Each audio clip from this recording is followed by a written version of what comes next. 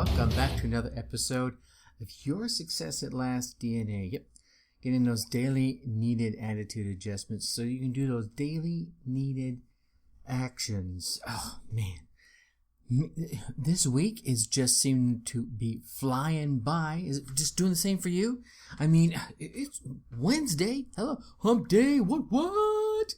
Anyway, I hope your week is going well and Friday is right around the corner and your weekend is fantastic. So today, I remember I told you that I was going to try to come up with a better topic, that the structure of personal change seemed just a kind of a tad bit boring. Yeah, well, I got nothing for you. Some things, I don't know, maybe just my creative gel pen has gone dry when it comes to this one. But I'll tell you what, I'm going to make it as exciting as possible. And when I say that, you know, if you've listened more than one podcast, I can do that most often. But before we go there, let's talk about today's question. And today's question is, what do you want or need to change? There's something in your life that you want to make better, alter altogether, get from point A to point B, whatever that is. What is it that you want or need to change? A question for you to really think about today, as you're, especially as you're listening to today's topic, which is all about the structure of personal change. See, I ask all these questions always for a reason, and time again I explain those reasons, and hopefully through the course of today's episode you'll understand the reason for today's question. But really take a moment today after the podcast, while you're sitting eating lunch, on your drive home, on your drive to work, before you put your head on the pillow, or while your head is on the pillow, before you start counting those sheep and finally doze off into la-la land. What do you want or need to change? And then, once you know what you want and need to change, well, the next question then becomes, how do you go about changing it? Well, my friends, personal change really starts inside. It starts internally. And it starts with a shift in your mindset. And that's the reasons I keep throwing these daily questions at you at the beginning of every podcast, really wanting you to take a moment to think about it. Now, I know a lot of you won't think about the question at the time that I ask it, but sometime when you least expect it, it's going to pop into your head and you're going to seriously address it. All right. And that's going to start that initial shift, initial mindset, and the resulting external changes that grow from that internal foundation. That, my friends, is personal change. So now that you know where to start, right? You start with the questions. You start with that mindset shift, right? Now that you know where to start, how do you go about making these changes to your life? How do you go about making the adjustments in your approach to life? How do you go about altering your success atlas so that you can reach your success at last? Well, that's why you're here today, right? See, to achieve personal change, we'll call it transformation, to be the caterpillar that goes into the chrysalis that comes out the beautiful butterfly, you're going to have to go through several stages, right? You're going to have to cross through every single one of these. Now, going through these stages doesn't mean that the change always takes place slowly. And it doesn't mean you always have to face it alone.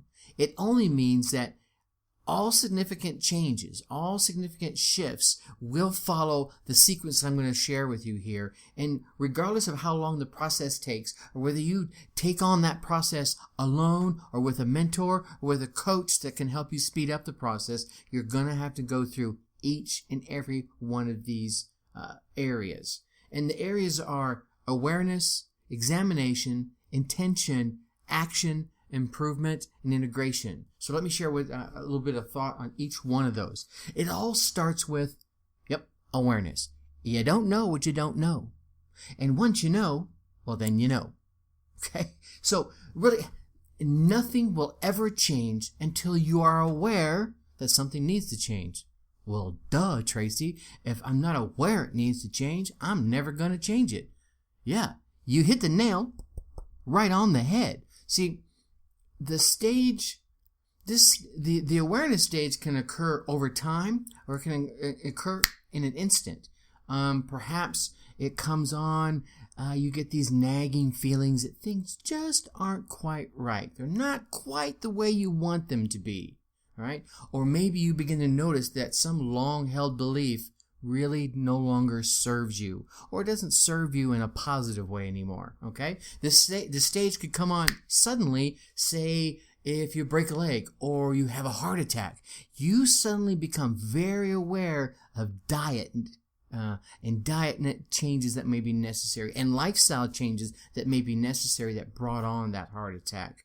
And as you're going through the awareness stage, or as you enter into it, or even before you get into it, I want you to keep tabs on your negative emotions. Yeah, I know, Mr. Positive, I know, I get it. Yeah, but when you pay attention to your negative emotions, it's really important. And I love journaling for this effort. When you're journaling, it's your subconscious literally leaking out onto the paper. And when you review those, you start seeing patterns. And your subconscious is often attempting to provide you with the very clues, the very awareness that you need to make some change. All right? So we start with awareness. Now you're aware. You know it. All right? Then you begin to examine it. Begin a little introspective. After becoming aware or conscious that something just isn't quite right, some thinking needs to take place, right? You got to put some thought behind it. You might start by asking yourself, well, some of the questions that I ask you, and this is why I ask the questions, but some of the questions that you might ask yourself once you get past awareness is, what is it that's wrong? Or you could say, why do I feel this way? How do I feel, right? Like yesterday's question, how do I feel and how do I want to feel? And what needs to change? What do I want or need to change? That's today's question. Are you feeling a trend here? Perhaps seeing why I keep asking you these questions? Another one you can ask is, does it really need to change?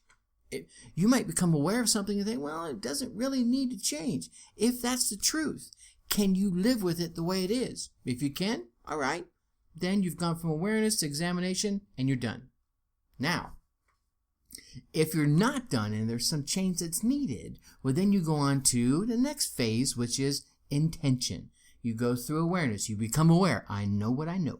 And now I know what I know, and I've examined what I know, and the process passes through the examination phase, and you enter into the intention phase, right? A decision has been made at this point to change. And the intention is there to either remove a belief, to alter a behavior, or to replace it entirely with something far more appropriate to what it is that you want your life to look like. All right? So in many ways, this really becomes that pivotal step, that powerful step, because at this point, ladies and gentlemen, you have decided to change. You decided. You became aware. You took the time to examine it, and you chose, yep, that's what I'm going to do. I'm going to change. I'm going to get rid of that, and I'm going to replace it with this, right?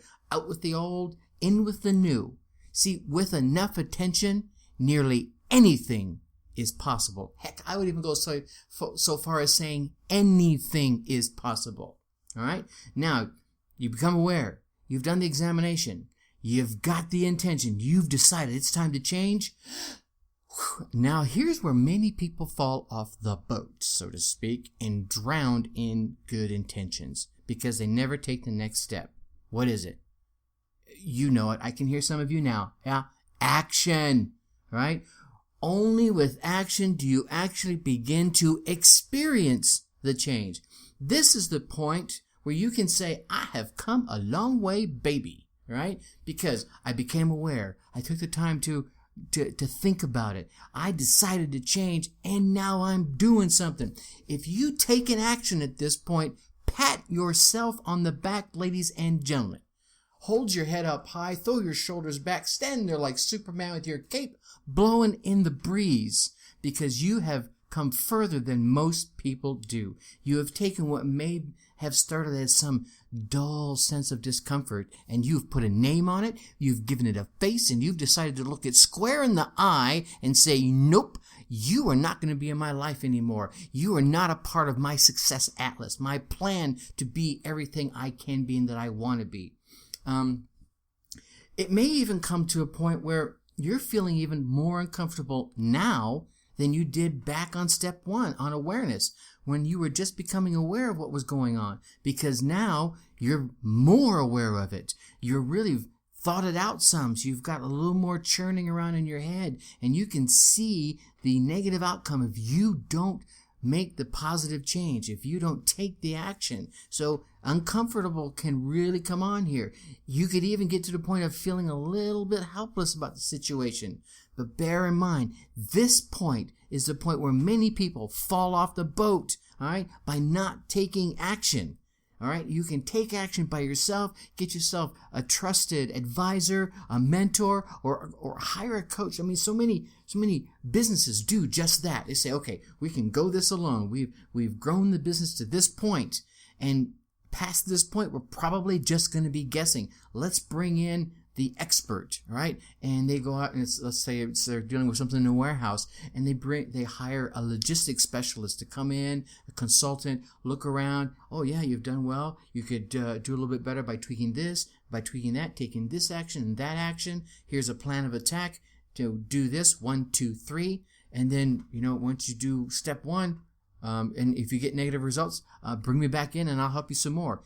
You can do that same thing in your life. All right, there are lots of people out there that coach people through anything.